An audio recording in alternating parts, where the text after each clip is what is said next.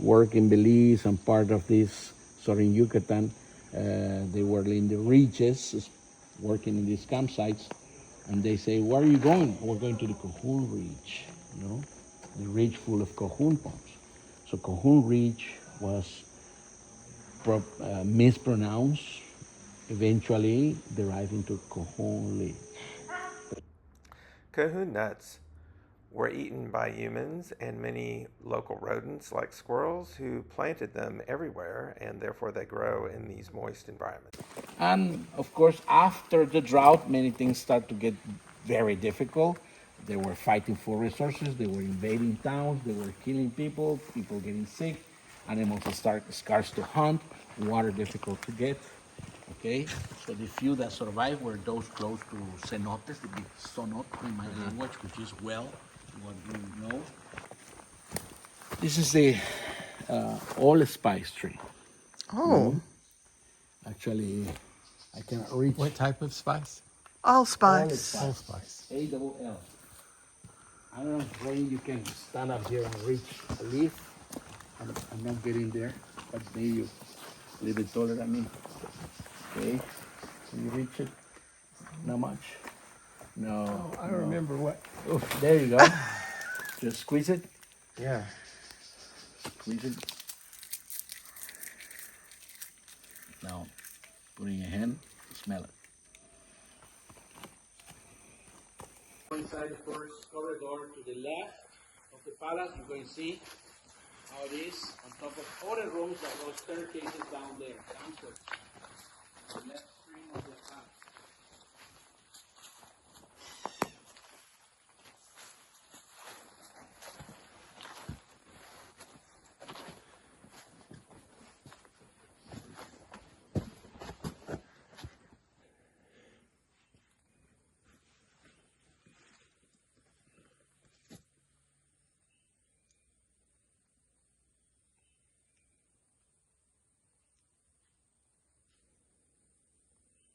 He wanted to show that people ask me most of the time, why did you remove the tree? They're damaging the temple. Well, actually, they're doing less damage than it will remove the tree. To remove the tree requires to remove all the roots, break more stones, break more walls.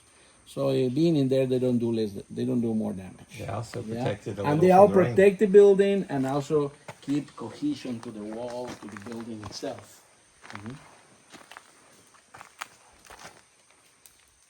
Most archaeologists in the 60s and 70s, and that's you're going to see in other parts, they remove all trees around, okay? And they don't have actually any single bush growing on top of the buildings because they don't like that.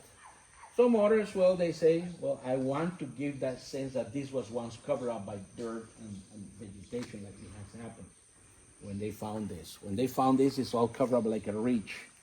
You remove 5 feet of dirt, stone, and vegetation, then the walls start to show off.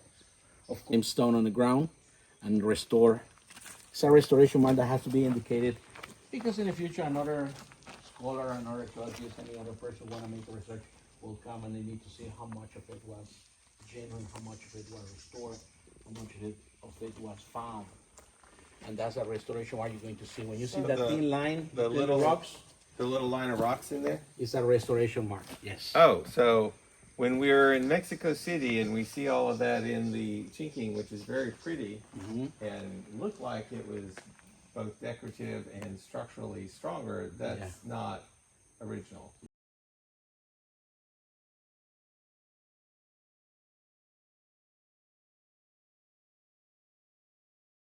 Roof of this, there were also possibly workers working pottery, okay? And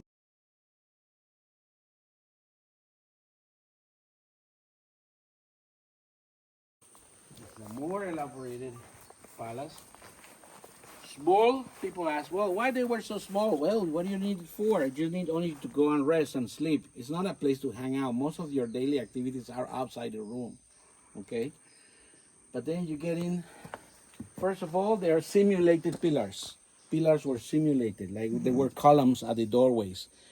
Today we're watching the stones, but in the old days, all this was smooth with stucco, covered it up. And then painted in red, marvelously, most of the buildings. As far how do we know that? Because in most of these places, when they excavate and clean up the dirt and the refill, the beautiful red painting shows up. But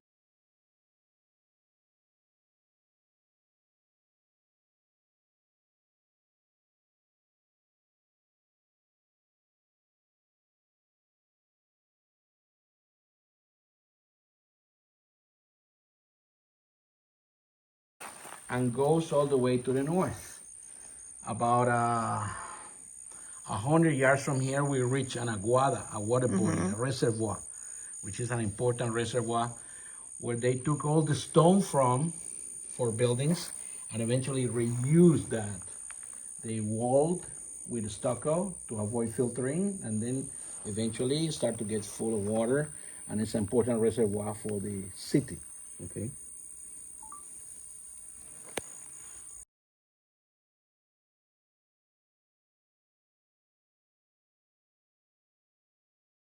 There were no markets. The traders were traveling city to city, areas to areas, bringing all their goods from different parts, from the coastal areas, the salt, from the highlands of Guatemala, Flintstone, alabaster, obsidian, which was the most valuable and very common volcanic rock, volcanic glass, to get all the cutters, weaponry, tools they needed. And then, of course, the most valuable stone that we can find is jade, right? Jade today that we know that in Guatemala we have this jade that was helpful and very important for the adornments and the fascination for this immortality of the green representing the corn, and all this mass of jade that has been found in burials, jade all over the pectorals and necklaces and different parts of the body, in the wrists of hands, in the thighs, in the calves, in the ankles, in the sandals, jade all over the body. Okay, and it's not surprising. It's a very beautiful, nice stone, and in different countries of Asia, where it has well value and high levels of worth, of value, can get even prices as gold, incredibly. Okay, the high class elite could afford that jade, right? And of course, also high class people were able to find, and we have found those jade beads sometimes, even walking through, being in the jungle, and sometimes you, if you're lucky, you can find your own. We call it in Maya sastun. Sastoon. Sastun, your lucky charm, your lucky Maya stone of your life that's gonna be your company. And everybody, when you have a nice stone, say, "Oh, it's my sastun. Finally, I found it in my life." Sastoon. Sastun.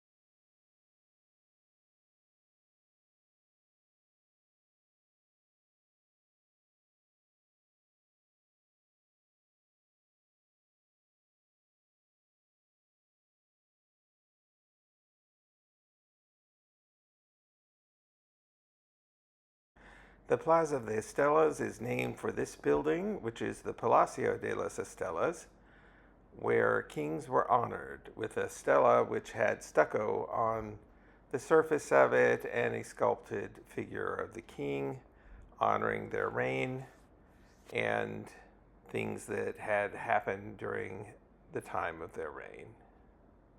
One of the stelas is broken off and is held within another structure and still shows some of.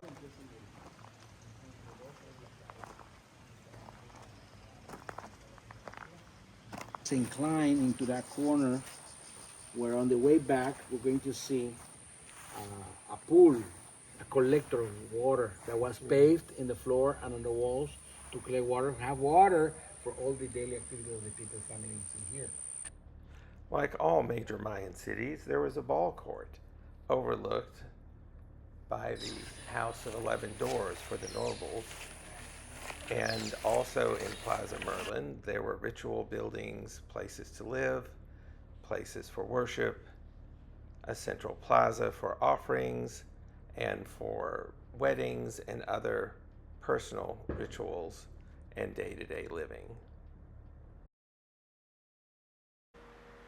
The Pixan group was another residential area with a palace and a variety of buildings and homes for the expansion. The Temple of the Masks is vastly taller than it appears on the surface, as much of it is still covered by earth. This one here. Do you feel more comfortable walking next to the staircase than in the staircase? It's up to you, okay? Okay.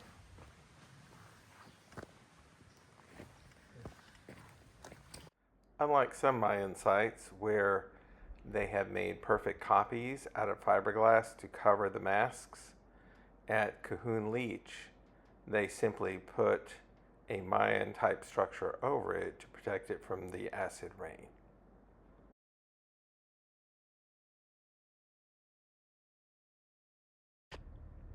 The Temple of the Masks is dedicated to the Mayan god of the sun, at least the version from Kohunlich area.